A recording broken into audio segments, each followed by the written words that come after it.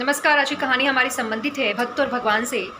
भक्त और भगवान के बीच ऐसा अटूट संबंध होता है कि जिन भक्तों के भक्ति में शक्ति होती है उन्हें उनकी इच्छाएं भगवान पूरी करते हैं। आज की हमारी जो कहानी है वो एक नए दंपति की है, जिनमें जो महिला होती है वो भगवान की बहुत बड़ी भक्त होती है, शंकर जी की बहुत पूजा करती है। लेकिन उसके जीवन में होता क्या है, उसे उसके पति से नहीं बन रहा था। पति पत्नी के बीच में झगड़े चल रहे थे और झगड़ा इतना बढ़ गया था कि जो घर का झगड़ा है वो बहुत बड़ा रूप ले लेता है। स्थिति बहुत विवादास्पद हो जाती है। स्थिति इतनी बड़ी बन जाती है कि दोनों एक दूसरे से अलग होना सोच लेते हैं। दोनों सोचते हैं कि हम दोनों को एक दूसरे से अलग हो जाना चाहिए। ये सब क्यों हुआ? दोनों जो है पति पत्नी, उन दोनों के विचार में परस्पर मेल नहीं बनता है। पति अगर कुछ विचार रखते हैं तो पत्नी कहती है कि ये उसे पसंद नहीं आता है। आप यूँ कह सकते हैं कि पत्नी के जो विचार हैं, पति के जो विचार हैं वो मेल नहीं खाते हैं। पत्नी का जो विचार है वो पति उससे सहमत नहीं होते हैं और पत्नी का जो विचार है उससे पति सहमत नहीं होते हैं। तो विचार का टकराव होता है दोनों का एक दूसरे का। बाद बाकी घर में जितने सारे लोग थे सबके साथ पत्नी का भी अच्छा बन रहा था, पति का भी अच्छा बन रहा था, लेकिन दोनों नए दाम्पत्य जीवन वाले दोनों पति पत्नी के बीच में अच्छे संबंध नहीं थे। वहाँ विवादास्पद समस्या आ पड़ी थी और समस्या इतनी बड़ी हो गई थी कि दोनों एक दूसरे से अलग होना सोच लेते हैं। होता क्या है कि जब दोनों एक दूसरे से अलग हो जाते हैं, स्थिति इतनी भयावह हो जाती है, दोनों के घर वाले भी सोचते हैं कि अब इन दोनों को अलग कर देना ही ज़्यादा अच्छा होगा। दोनों अलग रहने लगते हैं। ये जो महिला थी वो भगवान की बहुत बड़ी भक्त होती है, शंकर जी की। जैसा कि अभी मैंने आपको बताया, ये शंकर जी की भक्त होती है। तो जब ये कवाड़ी थी, जब बैचलर थी, तो ये भगवान शंकर जी का बहुत पूजा किया करती थी। आप यूँ कह सकते हैं कि समर्पित भक्त होती है भगवान शंकर जी की, अपार भक्ति करने वाली महिला। और भक्ति इतनी करती है कि भक्ति करते करते उसका एक इच्छा होता है। उसके घर में जब उसके शादी की बात चल रही होती है तो उन्हें जो भी लड़के दिखाए जाते हैं उसमें से जो एक लड़का पसंद आता है, उसके साथ शादी होने में बहुत सारी समस्या आ रही होती है, लेकिन फिर भी उसे वो लगता है कि वो हमारे लिए एक जीवन साथी के रूप में अच्छा एक जीवन साथी हमारा बन पाएगा। उसमें ऐसे गुण हैं, जैसा वो सुनती है अपने घर के लोगों से कि वो उसके घर के लोग बताते हैं कि मैंने जो आज ये लड़का देखा वो उसमें ये गुण है। उसे फिर लगता है कि ये हमारे लिए एक जीवन साथी के रूप में अच्छा साबित हो सकता है। फिर वो लड़की जब पूजा कर रही होती है तो भगवान शिव से मांग लेती है, ये वर मांगती है भगवान से। बिल्कुल शिव जी से, शंकर भगवान से बिल्कुल ये बात वो कहती है कि आज तक मैंने आपसे कुछ नहीं मांगा, प्रभु मुझे ये वर दीजिए। मुझे जीवन साथी के रूप में एक सक्षम, मेहनती और कर्मशील लड़का चाहिए। और जो लड़का उसे दिखाया जा रहा था, जिसमें से किसी एक को जिसको वो पसंद करती थी, वो बहुत ही मेहनती, सक्षम और कर्मशील, गुणवान सब था, जिसके लिए वो भगवान से हट कर बैठती है। और उन दिनों जब उनके मम्मी पापा उस लड़के की बातचीत कर रहे थे तो शादी में काफ़ी सारी बाधाएं आ रही थी। उनके मम्मी पापा सोच रहे थे कि दूसरे किसी लड़के को देखें, इसमें कठिनाइयां आ रही है तो फिर इसको छोड़ दें। लेकिन लड़की इतनी भक्ति कर रही होती है भगवान शंकर जी की कि वो भगवान से हट कर बैठती है और भगवान उसकी इच्छा को पूरी कर देते हैं और उसकी शादी फाइनल हो जाती है। सब लोग घर में खुश हो जाते हैं।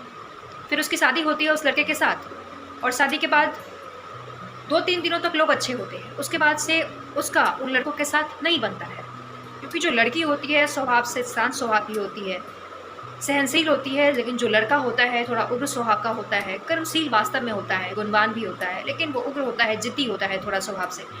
तो यहाँ पर लड़के और लड़की के बीच ना बनने का एक कारण ये होता है कि दोनों के बीच विचार का टकराव हो जाता है।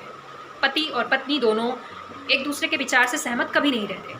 पत्नी का जो विचार होता है उससे पति सहमत नहीं होता और पति का जो विचार होता है उससे पत्नी सहमत नहीं होती। ये समस्याएं आती हैं और समस्या इतनी बड़ी हो जाती है कि विवादास्पद स्थिति घर में पैदा हो जाती है। घर के लोग परेशान, मायके के लोग परेशान, ससुराल के लोग परेशान। दोनों पति पत्नी तो परेशान थे ही एक दूसरे से। अब देखिए होता क्या है कि पति पत्नी दोनों एक दूसरे से दोनों की बन नहीं रही थी। घर वालों ने बहुत कोशिश किया कि दोनों को समझाकर दोनों के विचार में बदलाव लाया जाए, दोनों को एक दूसरे के अनुसार ढाल दिया जाए, लेकिन ऐसा होता नहीं है। दोनों का टकराव बहुत ज़्यादा बढ़ जाता है और एक समय ऐसा आता है कि घर वाले भी सोचते हैं कि दोनों का अलग होना ही हम लोगों के लिए भी बेहतर है और इन दोनों बच्चों के लिए भी बेहतर है, इनके भविष्य के लिए भी बेहतर है। फिर घर वालों की सहमति और सारी कानूनी प्रक्रिया के दौरान दोनों अलग हो गए। अब जब अलग हो गए तो दोनों को फिर एक दूसरे की कमी खलती थी, क्योंकि विचारास्मद वहाँ पर विचार का ज़रूर टकराव था, लेकिन पति पत्नी थे तो दोनों को कुछ ऐसा एक दूसरे की याद आती थी। लगता था कि हाँ, अब शायद मुझे वैसा लड़का नहीं मिलेगा, वैसी लड़की नहीं मिलेगी, क्योंकि ऐसा होता है कि जब आप किसी से दूर जाते हैं, किसी अपने से, चाहे वो अपना आपका कोई भी हो, माता हो, पिता हो, भाई हो, बहन हो, पति हो, पत्नी हो, कोई भी हो, जिससे आप जुड़ जाएँ, जिससे आप बिल्कुल जुड़ गए हैं, चाहे आपके कोई शिक्षक हो, कोई शिक्षिका हो, जिससे आप बहुत ही क्लोज्ड हो, और जब आप उनसे दूर जाते हो तो आपको उनकी जो महत्ता है वो समझ में आती है। तो ऐसा ही होता है उस दाम्पत्य के साथ। पति और पत्नी दोनों को जब अलग हो जाते हैं एक दूसरे से, फिर उन्हें समझ में आता है कि हमारे साथ मुझ में ये कमी थी। पति को भी समझ में आता है कि मुझे ऐसा नहीं करना चाहिए था, मुझ में ये कमी थी। पत्नी को भी समझ में आता है कि मुझे ये काम नहीं करना चाहिए था, मुझ में ये कमी थी। लेकिन उस वक्त इस बात का रियलाइजेशन नहीं होता है, जबकि पूरे परिवार के लोग उसे समझाने में व्यस्त थे, कि उसे इस बात का एहसास दिलाना चाहते थे कि ये जो दाम्पत्य जीवन है इसमें खटास और मिठास आता है, इस बात को समझना पड़ेगा और इसको समझते हुए आपको अपनी गाड़ी को आगे ले जाना पड़ेगा। लेकिन वो समझते नहीं हैं। दोनों में से कोई बच्चे नहीं समझने को तैयार होते हैं। अंततः दोनों का रिश्ता एक दूसरे से अलग हो जाता है। लेकिन सोचने वाली ये बात है कि पहले उनको इस बात का एहसास नहीं हुआ और बाद में इस बात का एहसास हुआ, तो आखिर क्यों हुआ? जब दोनों एक दूसरे से अलग हुए तो उन्हें संपूर्ण तरीके से एक दूसरे की कमी महसूस होती थी, एक दूसरे की गलती जो खुद उन्होंने एक दूसरे के साथ की थी वो भी महसूस होती थी। लेकिन ये गलती उन्हें पहले महसूस होनी चाहिए थी, जो कि नहीं हुआ। आखिर ऐसा हुआ क्यों? ये सोचने वाली बात। देखिए, जब भी हम भगवान से कोई विशेष इच्छा की कामना करते हैं तो ज़रूरी नहीं कि वो इच्छा हमारे लिए अच्छा हो, वो महत्वपूर्ण हो, वो हमारे लिए भविष्य को बढ़ाने वाला हो, भविष्य को अच्छा करने वाला हो, हमारे लिए वो फलदायी हो, महत्वपूर्ण हो, ऐसा कुछ भी नहीं। जो भगवान ऊपर वाले जिनकी आप भक्ति करते हैं, उनसे कभी भी किसी विशेष इच्छा की कामना ना करें। ऐसा कभी ना कहें कि मुझे यही आदमी चाहिए, मुझे यही काम चाहिए, मुझे यही कैरियर चाहिए, मेरी यही विशेष इच्छा है जिसे आप पूरा कर दीजिए, मुझे तो ये चाहिए ही चाहिए। अगर आपकी कोई इच्छा विशेष है, उस इच्छा को पाने की आप संपूर्णतः कोशिश करें, लेकिन अगर उसमें बहुत कठिनाइयाँ आ रही हैं तो आप उसको छोड़ दें। हो सकता है कि कोई दूसरी इच्छा जो उससे ज़्यादा बेहतर हो वो आपके लिए हो और आप दूसरा कुछ पाना चाह रहे हैं। भगवान आपको कुछ ज़्यादा अच्छा देना चाह रहे हैं, लेकिन आप उससे नीचे वाले लेवल को लेना चाह रहे हैं। ऐसा भी होता है। इस कहानी के अंतर्गत देखिए होता क्या है कि जब दोनों को एहसास हो जाता है इस बात का कि हम दोनों की गलती क्या थी, फिर जब दोनों एक दूसरे से अलग रह रहे थे, जब एहसास जब तक हुआ तब तक बहुत देर हो चुका था, क्योंकि जो लड़के के घर के जो लोग थे और लड़की के घर के पक्ष के जो लोग थे, वो दोनों काफ़ी एक दूसरे से नाराज़ हो गए थे। अब घर परिवार के लोग नहीं चाहते हैं फिर से एक दूसरे का रिश्ता जोड़ना। अब दोनों को अपनी अपनी गलती का एहसास हो गया था, एक दूसरे की कमी भी काफ़ी महसूस हो रही थी, लेकिन परिवार के लोगों ने सोचा कि नहीं, अपने अपने गार्जियन से, अपने अपने घर के लोगों से ये बात शेयर करते हैं, दोनों दाम्पत्य, पति भी और पत्नी भी। लेकिन परिवार के लोग इस बात से कदापि मना कर देते हैं कि बिल्कुल अब आपका रिश्ता नहीं जोड़ा जाएगा, क्योंकि बहुत परेशानी घर वालों ने भी झेली थी, दोनों पति पत्नी की वजह से, उनके टकराव की वजह से वो लोग भी काफ़ी डिस्टर्ब हुए थे। इसलिए वो लोग सोचते हैं कि इन दोनों का रिश्ता अब जोड़ना सही नहीं होगा। अंततः क्या होता है, अब पत्नी की भी दूसरी शादी कर दी जाती है और पति का भी दूसरा शादी हो जाता है। पति पत्नी दोनों को रियलाइजेशन होता है कि दूसरे रिश्ते में जाने के बावजूद भी दोनों खुश नहीं हैं। उनकी जो सारी इच्छाएँ थी वो अभी भी संपूर्ण तरीके से पूरी नहीं हो रही है। पहले से तो वो ज़रूर खुश थे, क्योंकि अब जो उनके परिवार के लोग हैं, उनके नेचर को देखते हुए बहुत जांच परख के बाद किसी विशेष व्यक्ति को ढूंढकर, किसी अच्छे व्यक्ति को ढूंढकर जो उनके मेल के लायक होता है, उससे शादी उनकी कर देते हैं। आप यूँ कह सकते हैं कि परिवार वाले क्या ढूंढते हैं, शायद उनकी नसीब में भगवान ने जिस जीवन साथी को लिखा था वो जीवन साथी अब उनको मिल चुका था, दोनों को अपना। फिर उनकी शादी हो जाती है। अब दोनों खुशी खुशी रह रहे थे, लेकिन 100% खुश नहीं थे। तब जाकर उन्हें इस बात का एहसास हुआ, धीरे धीरे जब समय बीतता चला गया, फिर जाकर पत्नी को भी लगता है और पति को भी लगता है, तब उन्हें इस बात का रियलाइजेशन होता है संपूर्णतया कि कोई भी रिश्ता हो या कोई भी काम हो, 100% तो कुछ भी अच्छा नहीं होता है। जीवन संघर्ष में होता है, चाहे आप कोई भी जीवन आपका हो, दाम्पत्य जीवन हो, छात्र जीवन हो, या बचपन हो, या वृद्धावस्था हो, है ना। तो जीवन आपका कोई भी काल जीवन का चल रहा है, वो 100% आपका अच्छा नहीं होगा। और आप अगर किसी विशेष शिक्षा की कामना करते हो तो ज़रूरी नहीं कि भगवान आपको जो आपके कामना अगर पूरी कर भी देते हैं तो आपके लिए फलदायी हो, ऐसा नहीं है। तो भगवान ने जो दूसरा वाला जीवन साथी जो उन्हें उनके कर्म के आधार पर जो उनके नसीब में लिखा था, जो उन्हें मिला, जिनसे वो लोग जुड़े, पति और पत्नी दोनों की शादी हो गई थी, तो दोनों का जो दूसरा जीवन साथी था, अब पहले से दोनों बेहतर अपने अपने जीवन साथी के साथ रह रहे थे।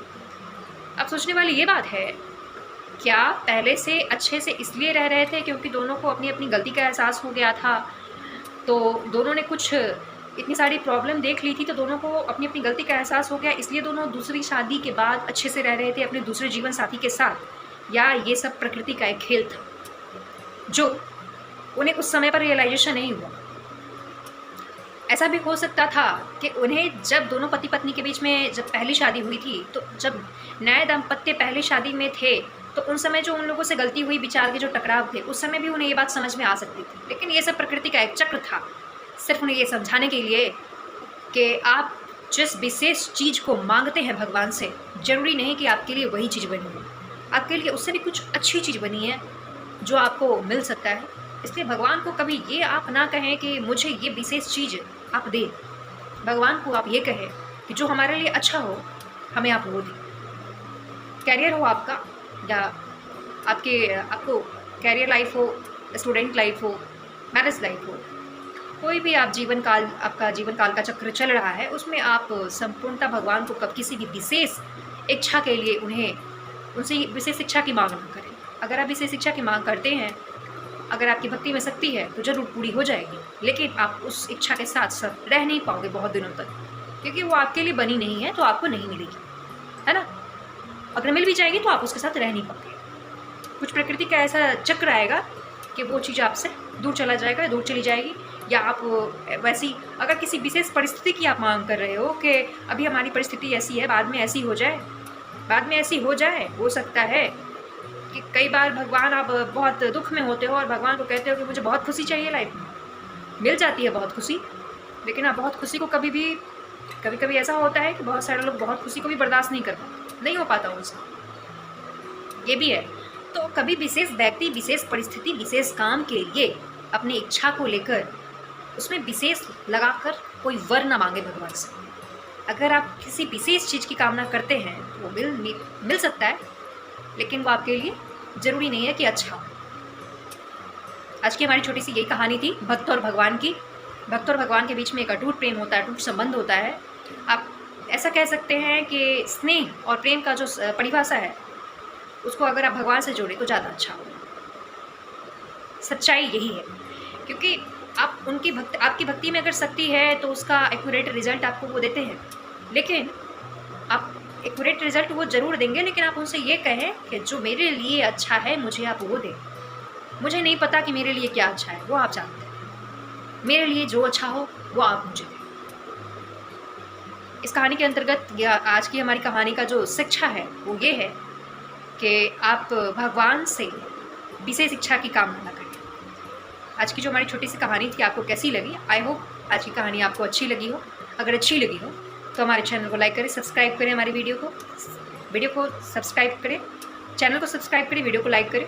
और ऐसे वीडियो बहुत सारे उपलब्ध हैं हमारे चैनल पे, आप चाहे तो वहाँ से हमारे दूसरे वीडियो को भी देख सकते हैं। वाई स्टोरीज एक प्रेरक कहानी के साथ मैं ऐसे ही आपके लिए कहानी लाती रहूँगी। अगर आप मेरे वीडियो को शेयर करते हैं तो इससे मुझे एक मोटिवेशन मिलता है, जिससे मैं एक और वीडियो बनाती हूँ। आई होप हमारी वीडियो को आप शेयर करें। Thank you so much.